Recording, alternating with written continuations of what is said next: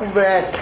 Vamos chamar o Daniel, que vai resolver as questões 21, 27 e 28 da prova V da FUVEST. Resolvendo as questões de química. Vai aí, Daniel.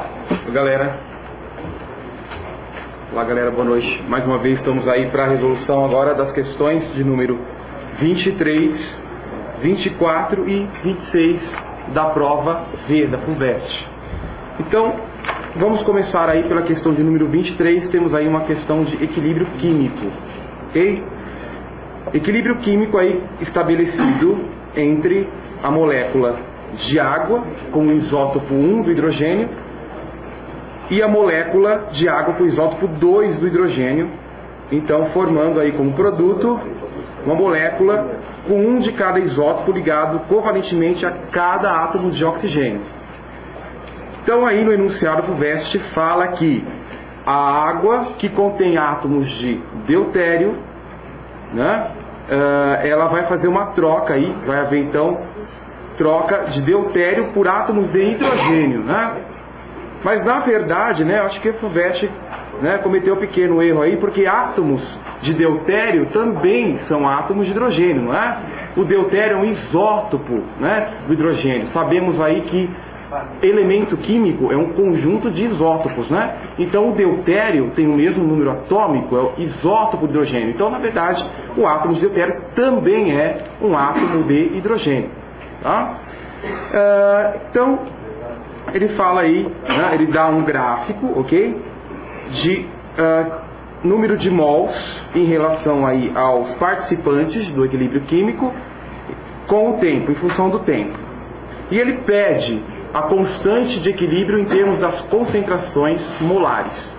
As concentrações molares, o número de mol, é fornecido no gráfico nas situações de equilíbrio 1 e 2. Então podemos, a partir da expressão da constante de equilíbrio, então como você vai fazer lá para montar a expressão da constante de equilíbrio, né, para esse processo aqui? A gente então vai colocar que a constante na expressão, que o Kc, a constante de equilíbrio, é igual a concentração do meu produto sobre a concentração dos dois reagentes, que é a água, né, comum, o isótopo 1 do hidrogênio, e a água deuterada. Então, olhando aí para o gráfico, né, e pegando esses valores para cada um dos participantes, substituindo no gráfico, a gente tem como calcular o valor da constante de equilíbrio, e se fizermos isso, então vamos encontrar o valor de 4, ok? Então 4 é o valor da constante de equilíbrio para esse processo. Alternativa correta, B, né? B de Boschi, ok? Vamos agora para a questão de número 24. Questão 24 sobre cinética química, também uma questão de físico-química, né? Então temos aí uma transformação gasosa entre dois gases, então o óxido nítrico, a molécula de NO, e o gás hidrogênio, para a formação do gás nitrogênio e água.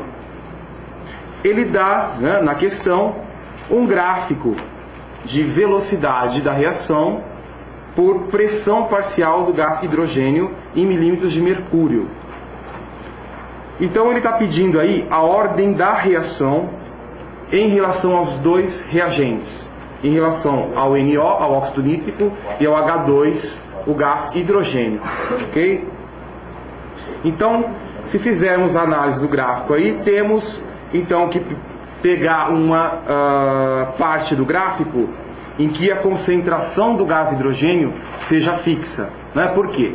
Então, pela lei da velocidade, né, temos que a velocidade é proporcional então à concentração dos reagentes vezes a constante cinética, né, que é uma constante característica para cada reação química, e eu tenho também a ordem de reação para cada um dos reagentes, ok? Então, para descobrirmos a ordem de reação para cada reagente, deve ser feito um experimento, e a partir dos dados experimentais, então podemos calcular, né, a ordem de reação para cada um dos reagentes envolvidos nessa reação.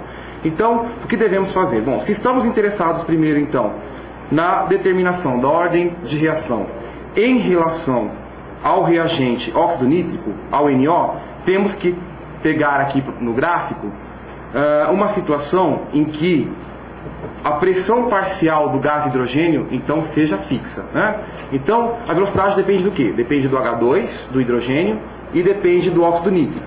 Então, para a gente analisar aí o efeito do óxido nítrico apenas na velocidade, temos que pegar aí uma situação onde o H2, o gás hidrogênio, seja fixo, seja constante. Então, no gráfico, a gente pode pegar lá uma concentração constante para o H2, para o gás hidrogênio, e vamos ver aí que quando dobra a concentração do NO, quando dobra a pressão parcial do gás óxido nítrico, é verificado aumento de 4 na velocidade da reação. Então, se dobra o NO e aumenta 4 vezes a velocidade, isso quer dizer que a reação depende do NO, é dependente do NO ao quadrado. Então é ordem 2 por NO, é de segunda ordem em relação ao reagente NO, ok? Agora, para determinar a ordem de reação em relação ao reagente H2, temos que fazer o contrário. Então vamos pegar aí uma situação em que o NO, o óxido nítrico agora, seja constante, né? E uma situação onde o H2 então sofra variação.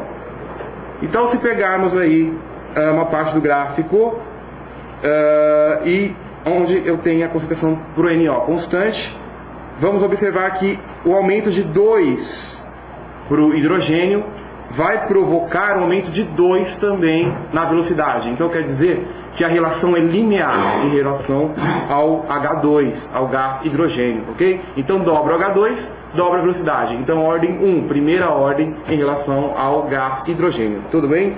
Então questão 24, a alternativa correta é C, né? C de sexo, né? 2 para a ordem de reação em relação ao NO e 1 para a ordem de reação em relação ao reagente H2. E para finalizar aí, a questão 26 está relacionada com gases. O exercício fornece aqui a informação de que a velocidade de difusão de um gás, ela é inversamente proporcional à massa molar desse gás. Então, quer dizer que quanto mais pesada a molécula desse gás, menor vai ser a velocidade de difusão. Ok? Então temos aí 3 bexigas idênticas, feitas do mesmo material. Então elas são feitas com uma membrana semipermeável, uma membrana então que é permeável somente a gases.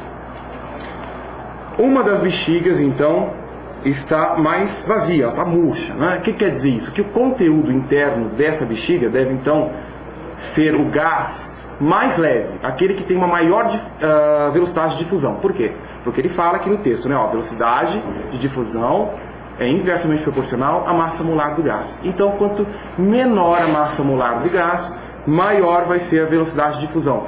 Então, aquela bexiga que está mais vazia, aquela bexiga que está murcha, então, é porque o gás que estava no seu interior saiu, não é? Então, a velocidade de difusão é a mais alta.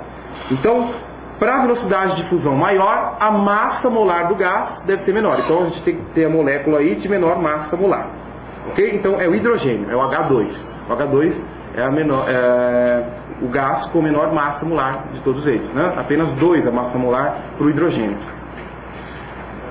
Na situação oposta, temos aí uma bexiga que tem onde o conteúdo é maior, não é? Ela está inflada, né? Então a quantidade de gás dentro dessa bexiga é maior. Então quer dizer que o gás contido nessa bexiga deve ser o CH4, ok? É o metano, porque é o que tem a maior massa molar de todos. Então, se ele tem a maior massa molar e a velocidade é inversamente proporcional à massa molar, a velocidade então de difusão vai ser menor do que nos outros gases. Então, ela vai permanecer mais cheia.